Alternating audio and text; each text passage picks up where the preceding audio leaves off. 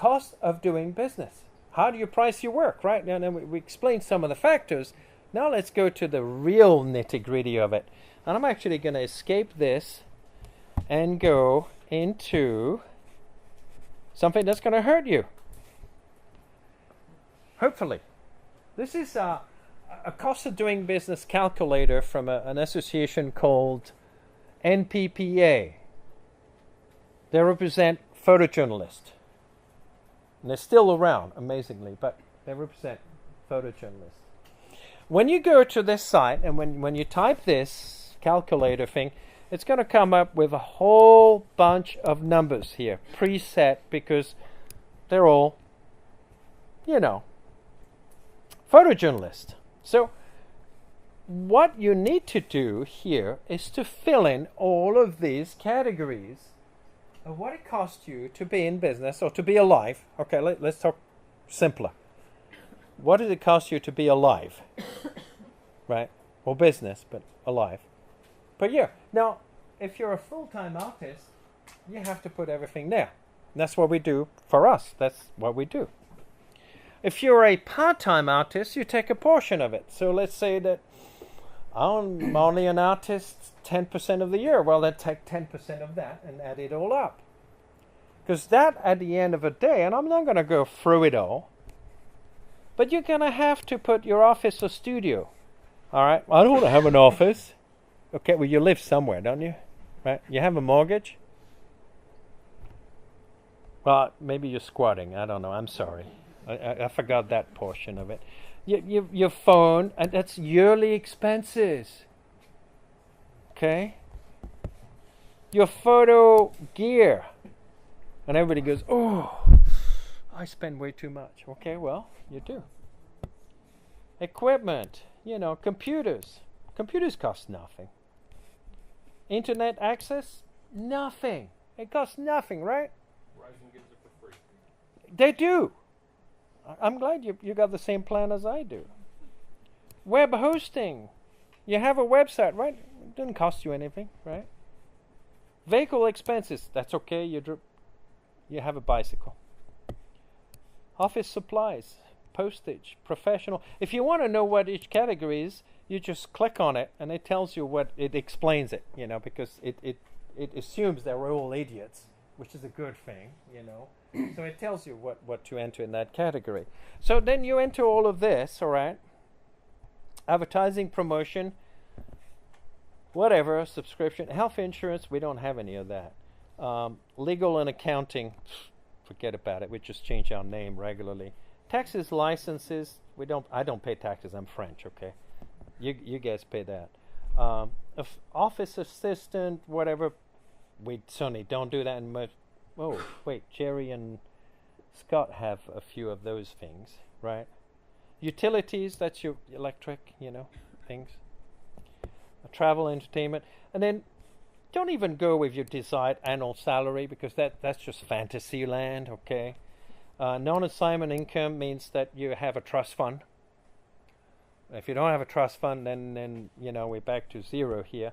And this is number of days you can bill per year. This is basically designed for commercial photographers, all right? So if you want to know how it works, put the number of prints you want to sell per year, right? And we calculate that, it's going to give you the base cost amount of what each print costs you just to be alive. So if it costs you $40,000 a year to live, and you're a full-time artist like us, right? And I'm telling you our figures. I'm not telling you fibs. So it costs us what? About 40 grand a year in our expenses. Okay? No, we sold them. It didn't make much money on that either, but lots of grandchildren, and we can't sell those, so because we love them. So here you go. What are you gonna do? So when you add it all up, let's say you spend $40,000 a year just to live. Now, if you do it part-time, it's going to be a lot less, right? What happens if you sell 100 prints in a year and it costs you $40,000 just to live? You gotta sell them for $400 a piece. There you Just go. to break even. Just to break even. That's no profit. That's no production cost, nothing. The first, each print, if you sell it for less than $400, you're not meeting your bills. Ooh. Bummer, isn't it? What happens if your overheads are way higher? Get a second job. Make Scott work harder. But you know what I'm saying? It's you gotta go by this. There's no other way. It's not the square inch. It's not the guy next to you. It's not anything. This is what you need to do. You need to know how much money it costs you to be in your profession as artist full time or in your hobby. No, it's gonna get a lot easier if you only spend 10% of your time doing art, right? Or is it? Because if you spend 10% doing your art, it's going to be less on your cell phone, less on your vehicle, but you still have to buy your cameras, your equipment, your software. You still have to do everything else, right? So how do you price your work? Well, this is where you have to do it. This is the only way to do it. This is the only thing you can do. Whether you own a bicycle shop or an art gallery or anything else. Does that make sense? If you don't do that, you don't know where you're at. If you don't know where you're at, you don't know how to price yourself. As a painter, if you produce 10 paintings a year and you're full time, and they cost you $40,000 to live, what's your base cost of your painting? $4,000. Exactly. If you sell it for less than $4,000, you're losing money. That means you're going to go hungry. You're going to go broke. You're not going to pay your electric bill. You won't be able to see your painting. Work during the day exclusive. Working outside, because then you've been, Plein air. That's right. You've lost your home. So now you're working in the homeless camp. Oils for painting, not cheap. Okay, so let's just do a couple more things here. Your production costs, which these guys are very familiar with, is your printing. Okay? Printing is not cheap. I don't know if you've had prints made by Scott and Jerry here. It's not cheap. Why? I mean, those machines cost $5,000. A set of ink for the Epson 9900 is $2,000. Hello, $2,000, right? The media, 150, 200, 300, whatever it is, The labor, hello, labor. It's not free to run the printer. Matting. Then you have to cut mats. These guys cut mats, and they have a machine that does it, right? The mat does not come free. The machine is not free, and the person operating the mat is not free either. Matting is expensive. It's actually one of the biggest expense in framing. Am I right in saying that? That it's the price of the matting is expensive, and then you put foam core behind it, and foam core has gone up, 300-400% in the last few years, right? It's expensive. Framing costs nothing. Just ask Jerry. It costs nothing, right? Shipping, because once you've done all of that, you got to send it, right? You got to send it to the client that says, "I'm buying your work." Shipping is not free. In fact, shipping has gone absolutely steadily stupid in the last few years. Okay, it's big money. Shipping also includes packaging, because now you're sending fragile stuff that you don't want to get damaged. And then insurance, because you've got to insure the stuff when you ship it. All must have a markup percentage to cover labor and travel, because now you're driving to see Jerry for the printing and then the matting, and then you have to pick it up after framing. Then you have to pay somebody for the shipping and making a crate for it or a box for it, and they do this here too. then you have to pay for the insurance. And if you do a gallery show or a museum show, you have to have it returned. And they will only take it in the crate. So if you do a gallery show at the Sky Gallery in Portland, Oregon, with 28 images of my tree series, printed 20 by 20 and matted quite a bit bigger than that, and framed and whatever, and insurance, it's going to cost you $14,000. 14 grand for the production cost. And they're not going to sell any of the work. Because it's a museum. Great, I've arrived. It's wonderful. Where's the trust fund? But if you made money before that, maybe you can afford that. Market adjustment. Research your specific market conditions. Okay? If you sell artwork in the Hudson Valley, New York, life's good. Out west, life's good. Wauchula, life is not so good. Polk City, not so much. Okay, I don't want to denigrate Polk County, but think about your market. Now, you have to really think about your market. And markets are changing around the world. Markets in the Middle East, still strong. Markets in Europe, slowly going down because their economy is going down. Canada? It's Canada. South America? It depends. As any good lawyer would say, it depends. So think about you've got to research your market. It's easy. You can find out how the economy of the market is. You can call galleries, you can call curators, you can call other photographers and say, hey, how's it over there? And they go, oh, it sucks. Find out the galleries that work. Jackson Gallery in Atlanta, pretty good, pretty strong. Galleries in San Diego, well, they've gone down. Does that make sense? Galleries in San Francisco, couple left. 3 or 4 have gone down.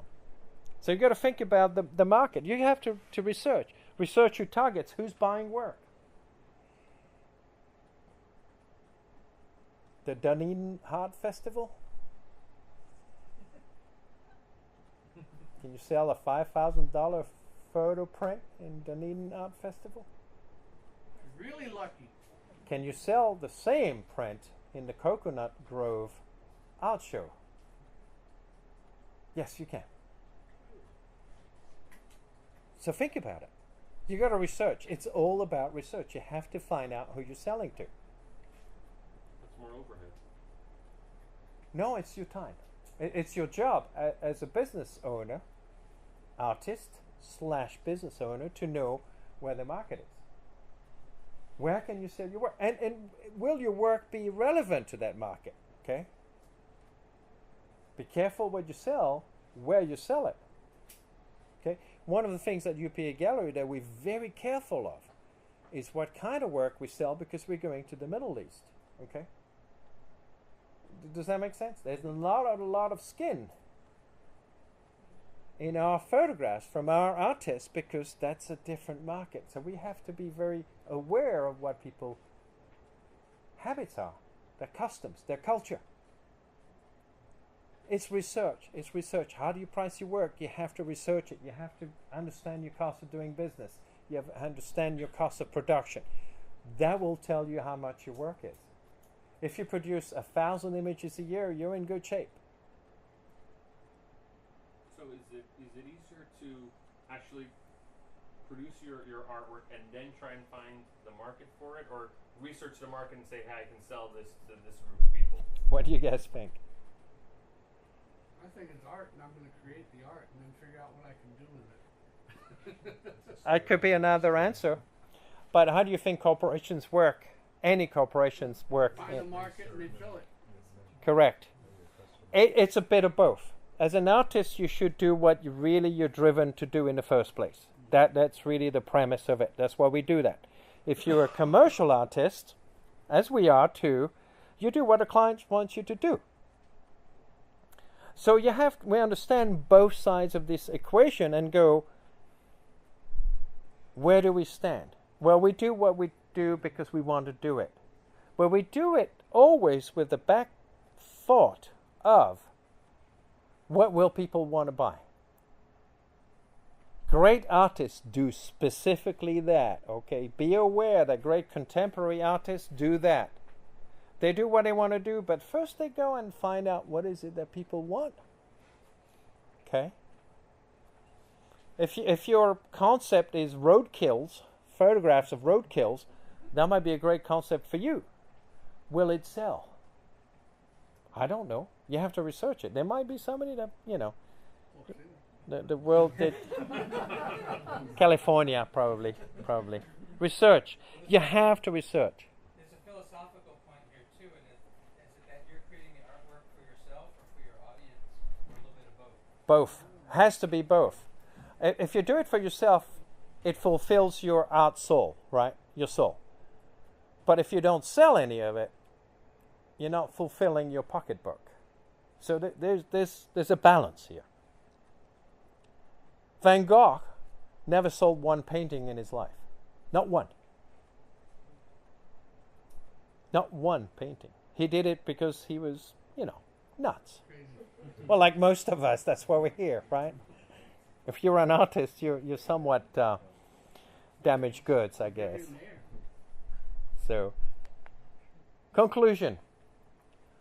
Operate as a business with a clear intention to generate profits. You have to. You have to. Okay? You have to sustain your art. Most artists that I talk with, or that Kathy, we talk with, go out and never create art anymore because they haven't thought about this most important premise, that you have to at least cover your overheads, but ideally make a profit. You have to. You have to. There's no other choice. Unless you're independently wealthy. And by the way, a lot of famous artists are very independently wealthy. So if you're not independently wealthy, then we have to go with this. If you have a huge trust fund, you're good. Maybe. How do you get one of those? I don't know. I never figured it out. Did you remember the castle, the big house I showed you earlier on? That was my family house. It's no longer my family house because it cost too much money and my parents didn't know how to manage money, right? It was sold for $1. Wow. And a bad roof? A bad roof, bad foundations, bad roads, taxes unpaid, a few here and there, Yeah. Had 30 bedrooms though. So pay attention to your cost of doing business. Pay attention to it. If you don't know what you're spending, you don't know how much to charge, do you? So if you say to somebody, oh, it's $100, and you're giving $300 of it away, how's that going to work? Well, if you want to play that way, I'm going to collect your wallets at the end of the night. I'll be happy to do that. Research your production costs. Be a savvy buyer. Okay. Find out the best printers, the best framers for the best price. Quality and production and cost. Self-critique your images for their genre, subject matter, style, and uniqueness. Okay. So you got a picture of a cat, and it's an average cliche cat. Do you think you're going to get $600-700 for it? No. So self-critique yourself. Progress with your art. Learn about it. Go for workshops. Read books. Go on the line. Have a glass of wine. Whatever it takes. Get help if you're unsure from consultants. Or people like Scott and Jerry. They know a lot about art because they sell a lot of art. Scott sells a lot of good pieces. Regularly. Much more than we do, so we'll have to put a stop to that soon. Talk to curators. There's a lot of people who are going to give you good, decent advice. Okay? Does that make sense? Find out. Research, research, research, research. Find out from professional association. You have professional photography association. You have professional art associations. Does that make sense? I mean, just think about it. Just go and find out the information. It's out there. ArtNet is a global art pricing network. You have to join and subscribe. You can look at everything that's been sold in the last, 10, 15 years. Photography, art, painting, sculpture, whatever. And it'll tell you what it's sold for. Might not be helpful. It's one way. Be careful of this sort of stuff. I don't want to end up with a negative here, but this is something that came into my email box a week ago. I don't know if you can read it. It's a LinkedIn group, and it says from Tucker, and I think it's it's one of these art groups.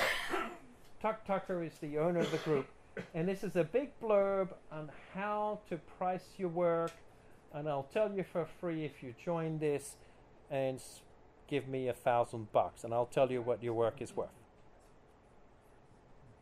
It's a bunch of BS. I'm sorry to use that word, but being French, I can use that. It is an absolute junk LinkedIn group. It has thousands of followers that read this junk and go, oh, I'm going to find out what my artwork is worth. This guy will tell you anything you want to hear for $1,000. But it says here it's free, by the way. And it's just, you get all this spam on it. It's just... LinkedIn is a great spam generator. It can be good for us. I have 5,000 LinkedIn contacts, and mostly artists and educators and curators and museum guys. For us, it's been wonderful. Regular conversations. It's been absolutely grand. But you have on LinkedIn, just like everything else, okay, the little common sense. So if somebody says, I'll tell you everything you need to know, if you join this for a price, then beware, right? Or anybody tells you that they're going to give you the lottery number for tonight for a small price, you'd all go, yeah, right. Beware of that. That applies to the art world. Do your research. That's all I can tell you how to price your work. Research it. Do your cost of doing business. Look at your pictures. If you're not sure, ask experts about your pictures. Go to Jerry and Scott or myself or Kathy, and we'll tell you. I mean, we won't hide it. If it sucks, we'll tell you if it sucks. Because we have to. Because we have that. That's part of our business. Okay, to tell people whether this is good work or it needs improvement. We don't go, it sucks. But we'll say it needs improving. No, you're not going to get $1,000 for that image. That doesn't mean you can't do that 6 months down the road, 3 months down the road, 10 years down the road. Okay. Research. Do your research, guys. Okay. Most artists go by street myths, hearsay, and whatever comes out of a different part of their body than their brain. Okay? Think about it. It's easy. It's not rocket science. Look at your overheads. Look at your cost. That's going to tell you right off the bat what you need to sell your work for. And if the customer is not ready to buy it for that, then you need a better customer. You need a different place to sell your work. Okay? So if the little tourist shop on the beach doesn't want to pay more than X amount for your work, then go to somewhere else. Because someone else will. Okay? These guys are in the business of producing work that sells. If it didn't sell, you wouldn't be in business. And here we are tonight. So I can tell you it works, but you have to work at it. You have to research it. You can't just wake up in the morning and go, I'll sell this for $128.95. that is just something coming out of somewhere, but nowhere near that's logic or whatever. You're welcome. Thank you.